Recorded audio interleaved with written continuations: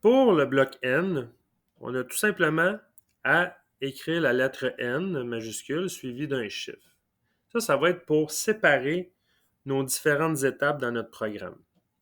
Comme par exemple, si j'ai une étape de surfaçage, ça va être mon N1.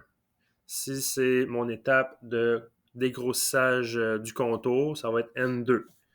La finition de mon contour, ça va être le N3.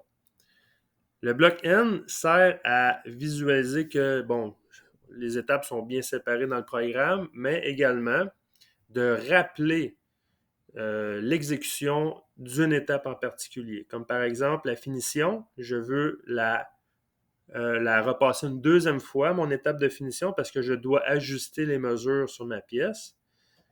Alors, je dois rappeler à partir du bloc de finition, alors ce qui est du N3.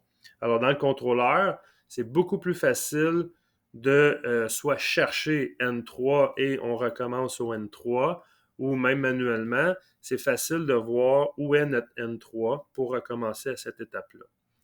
Alors, on peut écrire également entre parenthèses une description de l'opération, comme par exemple surfaçage, ou le N1, ça va être dégrossissage, le N3, ça va être la finition extérieure. Bon, vous mettez les commentaires que vous voulez, mais il faut qu'ils soient entre parenthèses.